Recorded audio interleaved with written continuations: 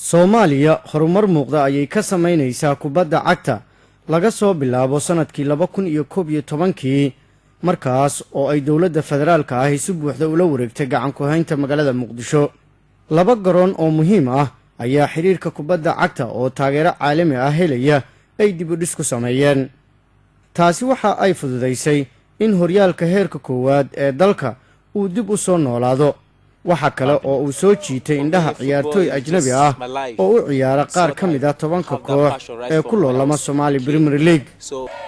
hadalhaynta ciyaaraha gudaha ayaa aad u xoogeysatay.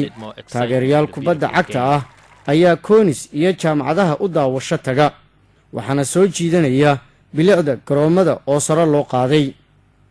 maadaama dagaal sokeeye ay dhaceen, Soomaaliya ma haysan ciyaartooy la heer ah kuwa caalamiga ah oo matala xulka qaranka, inkastoo magaca xulka Soomaaliyeed uu ka soo dhex muuqanayay tartamada.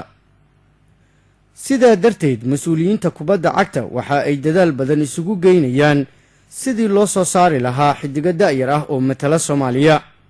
markii ugu horreysay ayaa la qabtay tartanka da'yarta iyada oo laga faa'iideysanayo kaalmo ay bixisay FIFA. dadaalkaas waxa uu Soomaaliya gaarsiiyey in taariikhda markii ugu horreysay ciyaartooy kubadda cagta ah oo ku ciyaaraya magaca qaranka Soomaaliyeed ay tiigsadaan kama dambaysta koobka bariga iyo bartamaha Afrika ee xidigaha da'doodu ka hooseyso 17 jirada. inkastoo 2-0 ay koobka ku qaaday Tansaaniya, haddana dadka Soomaaliyeed oo dhan ayaa ku soo baraarugay waxqabadka aan la qarin karin ee xiriirka Soomaaliyeed ee kubadda cagta, maadaama xulka Soomaaliya oo ahaa mid aad dhibcihiisa loogu xisaabtami jiray xilliyo badan uu markan la soo baxay miciyo libaax.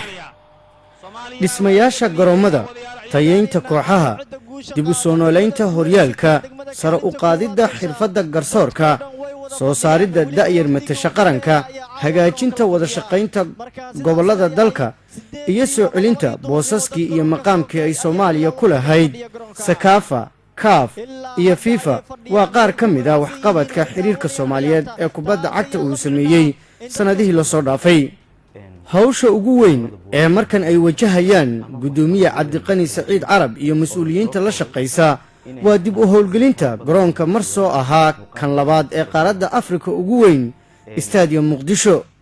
garoonkan toddobaadyo ka hor waxa ka guuray ciidanka AMISOM oo muddo dheer u ahaa fariisan ciidan.